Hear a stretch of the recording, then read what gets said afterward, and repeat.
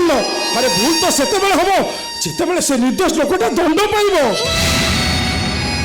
ठीक है असित असित तमे चाहिए केवल से निर्दोष बोली प्रमाणित होई परिबो ना असित तमे मो पे एते की करि परिबो मु चाहिए माने हां अरे बाबा सी सिना तक नियम खाई कहिचन जे ए सब कथा मु मारिया करी कहिबिनी तमे तो नियम खाइनो ना जाओ असित तमे ए सब कथा समस्त कागरी कहि दियो डाडी कागरी कहि दियो आनंद कागरी कहि दियो तम भोडी रूपाली कागरी कहि दियो अरे से मारे चाहिए मो भाई डाडी दोसरे कोला से परिबो प्लीज असित प्लीज ए रचना तमे बुझिनो काहे की सबु सत कथा जानिबा पारे समस्त तमको गुला करिबे गुला से गुला को अमृत भाबे पीछे असी मो भाई दरकार असी ओ भाई को तमे मुझे दियो असी ओ भाई को ए रचना ए असी ए टिके पूर्व तमे कहतलो ना मते उपभोग करबा पाए ठीक अछि तमे मते जोर जबरदस्त करबा किसे भी दरकार मु सागे सागे तम पाखु को चली छी हे असी तमे कहतलो ना मते ड्रेस खोलिबा दरकार नहीं मु तम कथा रे राजी देह मन सब किछि मु तमको समर्पण करि दबा पाई राजी ए असी तमे खाली थरोटे मो भाई को पिछ बोली प्रमाणित करि प्लीज असी ओ भाई को तमे मची ए रचना पानी तमे परिबने त ठीक अछि जदि तमे कहबो एबे एठे मु तमको बाहा पाई राजी ओ भाई को तमे बचै दियो अछि ओ भाई को तमे बचै दियो मु तम गोड़ तळे मु धीरे धीरे हे गली रे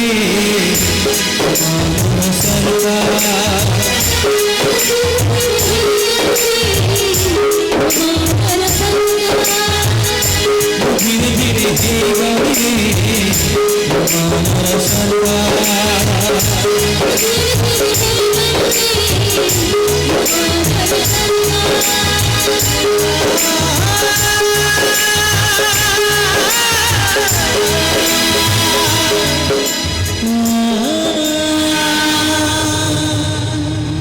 रचना अरे तमे को गोड़ तले पड़छ पर मु तम गोड़ तले पड़िया कथा क्षमा तमे मते नु पर मु तमको क्षमा मांगवा कथा रचना अरे तमे तो मते विवाह प्रस्ताव देइछ मु आज ठीक बुझी पारछि मो भली गोटे लोक तम पाद धूली भी समान न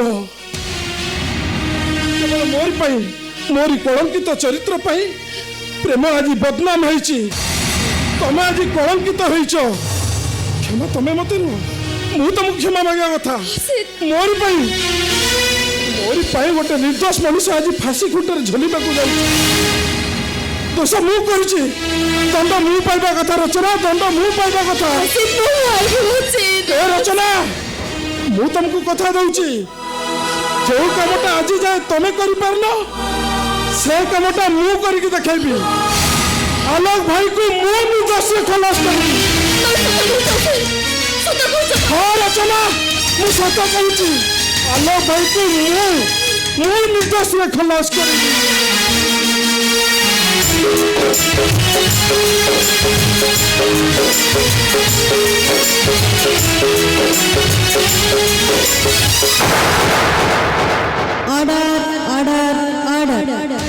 पुलिस चार्जशीट सरकारी डाक्तर रिपोर्ट तथा समस्त साक्षी प्रमाण को भित्ति करी कोर्ट आज यही सिद्धांत उपनीत है जे पीड़ित रचना राय आसामी आलोक नारे आनिथिबा अभियोग संपूर्ण सत्य अटे एवं भारतीय पिंगल कोड धारा 376 और धारा 307 अनुसार आसामी आलोक को फांसी दंड रे दंडित करागला। The court is urgent.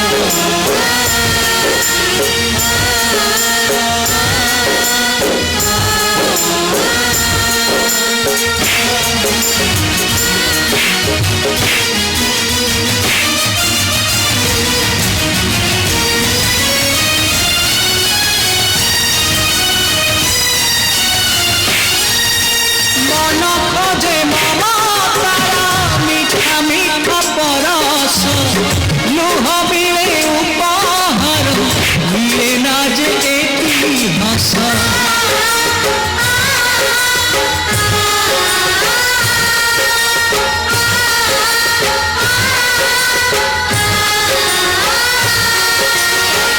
মন খোঁজে মমতার মিঠা মিঠা পরশ লুহ মিলে উপহার মিলে না যে কি হস তা দাণ্ডরে জীবন বোঝ সবু খাই তা কপাল মন্দ তা দাণ্ডরে জীবন বোঝ সবু খাই তা কপাল মন্দ জীবন আজি পাহুছি দেখ জীবন আজি পাহুছি দেখ শুনেলি সকাল মায়ারে পড়ি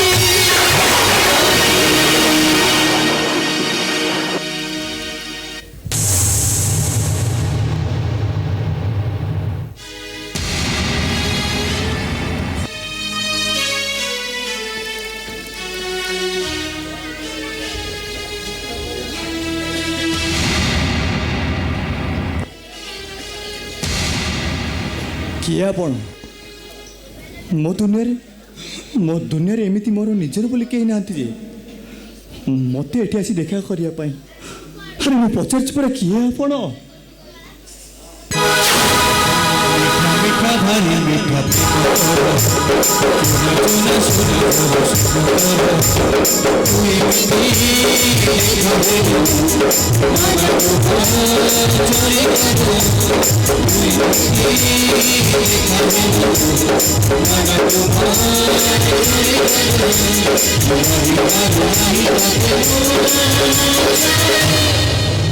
ତାହେଲେ ତମେ ଆସିଛ? ତମ ପୂର୍ବତର ପ୍ରେମିକ ସାଥୀ ତମ ଦୁଃଖ ସମୟରେ ମୁଁ ତମକୁ ସମବେଦନା ଜଣାଇବା ପାଇଁ ଆସିଛି। ସେଦିନ ମୁଁ ଚାହୁଁନି ରୂପାଲି। ଆରେ କିଏ କହିଲା ମୋତେ ଦେଖା କରିବା ପାଇଁ? ଆରେ ମୂର୍ତ୍ତି ଯଦି ମୋତେ ଦୁଃଖ ଦେଇଥାନ୍ତା ତାହେଲେ ସେଦିନ ଶ୍ରୀକୃଷ୍ଣଙ୍କ ମୃତ୍ୟୁ ପରେ ରାଧା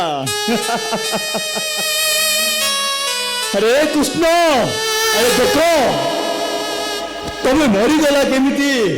ତମ ରାଣୀ ମାନଙ୍କ ମଥାରୁ ସିନ୍ଦୁର ଲିପି ଯାଏ। ହେଲେ ତମେ ଦେଖ ତମେ ମରିଗଲା ପରେ ମୋ ମଥାରେ ସିନ୍ଦୁର କେମିତି ଦାଉ ଦାଉ ହେଇ ଚଳୁଛି। ସେଦିନ ଯଦି ଶ୍ରୀକୃଷ୍ଣଙ୍କ ମୃତ୍ୟୁ ଯେତେବେଳେ ମୋତେ ଦୁଃଖ ଦେଇନଥିଲା ତାହେଲେ ମୋ ମୃତ୍ୟୁ କାହିଁକି ଆଜି ତମକୁ ଦୁଃଖ ଦେବ? ତମେ କେମିତି ଉପବାସ କରୁଛ? କହିଥିଲି ନା ମୁଁ ତମକୁ ଥରର ଶାସ୍ତି ଦେବି ବୋଲି। ସେଥିପାଇଁ ମୁଁ ତମ ଉପରେ ରାଗ କି ଅଭିମାନ କରୁନି, ବରଂ ତମକୁ ଧନ୍ୟବାଦ ଜଣାଉଛି। କାହିଁକି ନା ତମ ପରି ନାରୀମାନେ ସମସ୍ତେ ସମାନ୍ତର ହେବା ଉଚିତ। ଏ ଦୁନିଆର ସମାଜରେ ନାରୀ ପାଇଁ ଲଢ଼ିବା ଉଚିତ। କାହିଁକି ନା ଏ ଦୁନିଆରେ ପରା ନାରୀ ରହିଛି। ଆଚ୍ଛା ଏତେ ବୁଦ୍ଧି ଥିଲାଟି? ଯଦି ଏତେ ବୁଦ୍ଧି ଥିଲା ତାହେଲେ କାହିଁକି ସେ ନିରୀହ ଝିଅ ତୁମର ସର୍ବନାଶ କଲ? এই ଯୋଉ ବଡ଼ ଦୁନିଆଟା ବଡ଼ ବିଚିତ୍ର ରୂପାଲି। ଏଠି ମଣିଷ ବେଳେ ବେଳେ ଦୋଷ ନ କରି ଦୋଷୀ ହୋଇଥାଏ, ପାପ ନ କରି ମଧ୍ୟ ପ୍ରାୟଶ୍ଚିତ କରିବା ପାଇଁ ବାଧ୍ୟ ହୋଇଥାଏ। ହେଲେ ତମେ ପାପ କରିଛ? ହଁ ମୁଁ ପାପ କରିଛି, ଏକଥା ସମସ୍ତେ କହୁଛନ୍ତି। ତମେ କାହିଁକି ବାରମ୍ବାର ଏ କଥା କହି ନିଜକୁ ନିଜେ ଛୋଟ କରିଦେଇଛ? ଆଚ୍ଛା ରୂପାଲି, ମୁଁ ତମକୁ ଗୋଟେ ଗପ କହିବି। ତମେ ସେ ଗପ ଶୁଣି ସାରିଲା ପରେ ମତେ କହିବ ସେ ଗପରେ ପ୍ରକୃତରେ ପାପି କିଏ? କି ଗପ? ଏଇ ସାପନେଉଳ ଗପ। ଜଣେ ମାଲିକଟେ ଅତି ଶ୍ରଦ୍ଧାରେ ଗୋଟେ ନେଉଳକୁ ପାଳିଥିଲା। ସେ ନେଉଳ ବି ମାଲିକକୁ ବହୁତ ଭକ୍ତି କରୁଥିଲା। ଦିନେ ମାଲିକ ତା କଅଁଳ ଛୁଆଟିକୁ ଘର ଅଗଣାରେ ଶୁଆଇ ଦେଇ କୌଣସି କାମରେ ବାହାରିଗଲା। ସେମିତି ଜଗି ବସିଥାଏ ପ୍ରଭୁ ଭକ୍ତ ନେଉଳ। କୋଉଠି ଗୋଟେ ବିଷାକ୍ତ ସାପ ଥିଲା କେଜାଣି ସେ କଅଁଳ ଛୁଆଟାକୁ ଦର୍ଶନ କରିବା ପାଇଁ ମାଡ଼ି ଆସିଲା। ସହିପାରିଲାନି ପ୍ରଭୁ ଭକ୍ତ ନେଉଳ। ସେ ସାପକୁ ଝାମ୍ପ ମାରି ତା ମୁଣ୍ଡ ତାକୁ କାମୁଡ଼ି ମାରିଦେଲା। ସେଇ ଖୁସି ଖବରଟା ଦେବା ପାଇଁ ଦୁଆର ବନ୍ଧରେ ଜଗି ବସିଥାଏ ପ୍ରଭୁ ଭକ୍ତ ନେଉଳ। ମାଲିକ ଆସିଲା, ହଠାତ୍ ତାର ନଜର ପଡ଼ିଗଲା ସେ ନେଉଳ ମୁହଁ ଉପରେ ଲାଗିଥିବା ରକ୍ତ ଉପରେ। ସେ ଭାବିଲା ଏଇ ନେଉଳଟା ବୋଧେ ମୋ କଅଁଳ ଛୁଆଟାକୁ ମାରିଦେଇଛି। ମୁଣ୍ଡକୁ ତାର ପିଟ କରିଗଲା। କୋଉଠି ବାହାରି ସେ ନେଉଳକୁ ବାଡ଼େଇ ମାରିଦେଲା। ହେଲେ ତାପରେ ଯାଇ ତା ଅଗଣାକୁ ଯାଇ ଦେଖେ ତ ସେ ନେଉଳଟା ତା କଅଁଳ ଛୁଆକୁ ମାରେନି, ବରଂ ବରଂ ତାର ନେଉଳ କଅଁଳ ଛୁଆଟାକୁ ମାରିବାକୁ ଆସିଥିବା ସେଇ ସାପଟାକୁ ନେଉଳ ମାରି ଦେଇଛି। ତମେ କହିପାରିବ ରୂପଲି ଏଇ ଗପରେ ପ୍ରକୃତରେ ପାପୀ କିଏ? ତମେ ଗପ ମଧ୍ୟରେ କଣ କହିବାକୁ ଚାହୁଁଛ? ତମେ ନିର୍ଦ୍ଦୋଷ। ଯଦି ତମେ ନିର୍ଦ୍ଦୋଷ ତାହେଲେ ସେ କୋର୍ଟରେ କହିଥାନ୍ତ। ବେଳେବେଳେ ହାରିଯିବାର ଅମୃତ ଥାଏ ରୂପାଲି, ସମାପ୍ତ ହେଇଯିବାର ବି ଖୁସି ଥାଏ। ଆଉ ତମ ମୁହଁରୁ ମୁଁ କିଛି ବି ଶୁଣିବା ପାଇଁ ଚାହୁଁନି। ଏ ନିଅ ଟଙ୍କା ନିଅ। କି ଟଙ୍କା? ମୋ ପାଠ ପଢା ଯେତେବେଳେ ଖର୍ଚ୍ଚ ହେଇଥିଲା ସେଇ ଟଙ୍କା। କିନ୍ତୁ ସେ ଟଙ୍କା ନୁହେଁ, ମାନେ ଆଲୋକ ଦେଇଥିବା ଟଙ୍କା ଥିଲା ବଡ଼ ଦେଉଳର ନିର୍ମାଲ୍ୟ। ଏଇଟା ନର୍କର ନର୍ଦ୍ଦମା। ବାପା ମୋଠୁ କେସ୍ରେ ହାରିଯାଇ ଆପଣ ଇର୍ଷା କରୁଛନ୍ତି ନା? ଈର୍ଷା ନୁହେଁ, ଘୃଣା ବୋଲି କହ। ବାପା ମଉସା ସେ ପରା ଆପଣଙ୍କର ଝିଅ। ଆରେ ଏଭଳି ଝିଅକୁ ଚରିତ୍ରକୁ ଝିଅ ବୋଲି କହିଲେ ବାପ ପଣିଆରେ ଆଞ୍ଚ ଆସିବ। ଯୋଉ ଝିଅ ବାପକୁ ହରେଇବା ପାଇଁ ଅନ୍ୟାୟର ପଥକୁ ଅନୁସରଣ କରେ ସେ କାହାରି ଝିଅ ହେଇପାରେନା। ସିଏ ସମାଜ ପାଇଁ ଗୋଟେ କଳଙ୍କ। ମୋଠୁ ହାରି ସାରିଲା ପରେ ଆପଣଙ୍କ ମୁଣ୍ଡ ମଧ୍ୟ ଆଉ କାମ କରୁନି। ଏମାନେ ସାଂଘାତିକ ଭାବରେ ହାରିଛନ୍ତି ଯେ କୌଣସି ବାପା କୌଣସି ଝିଅକୁ କେବେ କଳଙ୍କିରେ ବୋଲି କହିବନି। କଳଙ୍କିରେ କହିଲେ ତା ପରିଣାମଟା କେତେ ଯେ ଭୟଙ୍କର ହେଇପଡ଼େ ଏଇଟା ତମେ ଜାଣିସାରିଥିବ ତମେ। ଶୁଣି ଯା, ଗଲାବେଳେ ସେଇ ଟଙ୍କାରେ ଗୋଟେ ଆଇନା କିଣି ନେବୁ। ଯଦି ଭବିଷ୍ୟତରେ ଅନୁଭବ କରୁ କେବେ ଭୁଲ କରିଛୁ ବୋଲି ସେଇ ଆଇନା ଆଗରେ ଠିଆ ହେଇ ଆଖିରେ 2 ଟପା ଲୁହ ଗଡ଼େଇ ନିଜକୁ ନିଜେ କ୍ଷମା କରି ନେବୁ।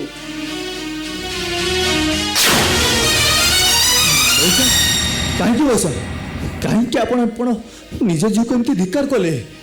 ଆରେ ସବୁ ଜାଣି ସାରିଲା ପରେ ଏଇଟାକୁ ଖାଲି ଧିକାର କରିଛି। ଆଉ କୋଉ ବାପ ହୋଇଥିଲେ ତା ତଣ୍ଟି ଚିପି ମାରି ଦେଇଥାନ୍ତା। ତଣ୍ଟି ଚିପି ମାରି ଦେଇ ସବୁ ଜାଣି ସାରିଛନ୍ତି ମାନେ? ହଁ ଆଲୋକ, ରଚନା ମ୍ୟାଡାମ ସବୁ କଥା ପ୍ରକାଶ କରିଛନ୍ତି। ଖାଲି ଆଦିତ୍ୟ ରାୟ ଯା ଜାଣିନାହାନ୍ତି। ଶେଷରେ ବି ରଚନା ମୋ ନିୟମକୁ ଭାଙ୍ଗିଦେଲା। ସେଥିପାଇଁ ତୁ ମତେ ଯାହା ଦଣ୍ଡ ଦବୁ ମୁଁ ମଥା ପାତି ସବୁ ସହି ନେବି ଲୋ ଭଳି। ତୁ ନିୟମ ଭାଙ୍ଗି ହେଲେ ତତେ ଦୁଃଖୀ କରି ମୁଁ ସୁଖୀ ହବା ପାଇଁ ଚାହେଁ। କାହିଁକି ତୁ ମୋ ନିୟମ ଭାଙ୍ଗିଲୁ? ଆଉ ତୁ କଣ ଭାବୁଥିଲୁ? ହରିଶ୍ଚନ୍ଦ୍ରଙ୍କ ପରି ତ୍ୟାଗରେ ସମସ୍ତଙ୍କୁ ପରାଜିତ କରିବୁ। ସବୁ ଅଳର ବିଷକୁ ନିଜେ ପିଞ୍ଚାଇ ଅନ୍ୟମାନଙ୍କ ମୁହଁରେ ହସ ଦବୁ। ଏଇଆ ଚାହୁଁଥିଲୁ ନା ତୁ? ତୁ କିଛି ଲାଭ ପାଇବୁନି ନା ଭଉଣୀ, ତୁ କିଛି ଲାଭ ପାଇବୁନି। ଏ ଜଗତ ସାରା ପାପ ତୁ ତୋ ଦେହରେ ବୋଳି ପକେଇବୁ। ସମସ୍ତେ ମତେ କଳଙ୍କିନୀ ବୋଲି କହିବେ। ଏଇଆ ତ ତୋ ପାଇଁ ମତେ ଯଦି ନର୍କକୁ ଯିବାକୁ ପଡେ ତାହେଲେ ହସି ହସି ମୁଁ ନର୍କକୁ ଯିବାକୁ ରାଜି ଲୋ ଭାଇ, ରାଜି ମୁଁ। ତୋ ନିୟମ ଭାଙ୍ଗି ଦେଇ ମୁଁ ସିନା କିଛି ଲାଭ ପାଇଲିନି, ହେଲେ ଲାଭ ପାଇବେ ତୋ ବାପା ଆଉ ଭଉଣୀ। ବାପା ଆଉ ଭଉଣୀ? ହଁ ଆଲୋକ, ଏସବୁ କଥା ଶୁଣି ସାରିଲା ପରେ ସେମାନେ ବେଶୀ ଖୁସି ଅଛନ୍ତି ତମ ବାପା ଆଉ ଭଉଣୀ। ତାମାନେ ଆପଣ ମୋ ବାପାଙ୍କ ପାଖକୁ ଯାଇଥିଲେ? ଏ ଖୁସି ଖବରଟା ଶୁଣି ସାରିଲା ପରେ ସେମାନଙ୍କୁ ନ ଜାଣି ମୁଁ ରହିପାରିଲି ନାହିଁ। କେମିତି ଅଛନ୍ତି ସେମାନେ? କୃଷ୍ଣ ବିନା ନନ୍ଦରାଜା କ'ଣ କେବେ ଭଲରେ ରହିପାରନ୍ତି ଯେ ସେ ରହିବେ? ସେ ତମକୁ ଜନ୍ମ ନ ଦେଇଥିଲେ ମଧ୍ୟ ତାଙ୍କ ସ୍ନେହ ଶ୍ରଦ୍ଧା ଭଲ ପାଇବାକୁ ଦେଖି ସାରିଲା ପରେ ମୋର ଭାରି ଇଚ୍ଛା ହେଲା ତାଙ୍କ ପାଦ ଛୁଇଁ ପ୍ରଣାମ କରିବାକୁ। ଆପଣ ମୋ ବାପାଙ୍କର ପାଦ ଛୁଇଁଛନ୍ତି? ହଁ ଆଲୋକ, ସେଭଳି ଦେବତାଙ୍କର ପାଦ ଛୁଇଁ ପ୍ରଣାମ କରିବାକୁ ମୋ ବିବେକ ଟିକେ ବି ମୋତେ ବାଧା ଦେଲାନି। ମଉସା, ଏ ଅଧର୍ମଟା ତା ଜୀବନରେ କେବେ ବି ତା ବାପାଙ୍କ ପାଦ ଛୁଇଁ ପାରିଲାନି କି ପାଦ ଧରି ଆଣି ତା ମୁଣ୍ଡରେ ମାରି ପାରିଲାନି। ଆପଣ ମୋ ବାପାଙ୍କର ପାଦ ଛୁଇଁଛନ୍ତି? କ'ଣ କହିବାକୁ ଚାହଁ ଆଲୋକ? ବାପାଙ୍କ ପାଖକୁ ଯିବାକୁ ଇଚ୍ଛା ହଉଛି। ମୋର ଇଚ୍ଛା ହଉଛି ତାଙ୍କ ପାଦ ଧରି ଆଣି ମୋ ମୁଣ୍ଡରେ ମାରିବାକୁ। ଆଲୋକ, ମଉସା,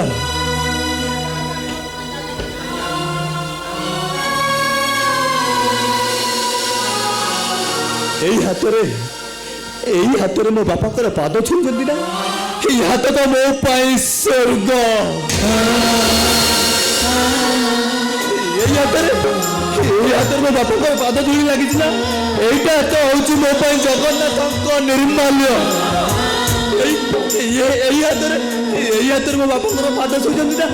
ପାଦ ଛୁଇଁନି ମୋର ବହୁତ ଇଚ୍ଛା ହେଉଛି, ମୋର ଇଚ୍ଛା ହେଉଛି ଏ ହାତରେ ଆପଣ ମୁଣ୍ଡରେ ମାର।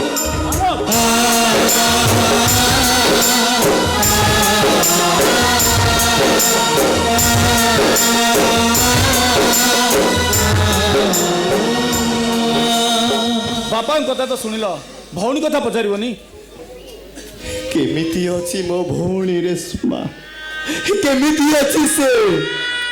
ନିଜ ଜୀବନକୁ ନଷ୍ଟ କରି ଯୋଉ ଭଉଣୀକୁ ତୁ ଖୁସିରେ ରଖିବା ପାଇଁ ଚାହୁଁଥିଲୁ, ତୋର ସେଇ ଭଉଣୀ ଏବେ ଦୁନିଆର ସବୁଠାରୁ ବଡ଼ ଦୁଃଖୀ।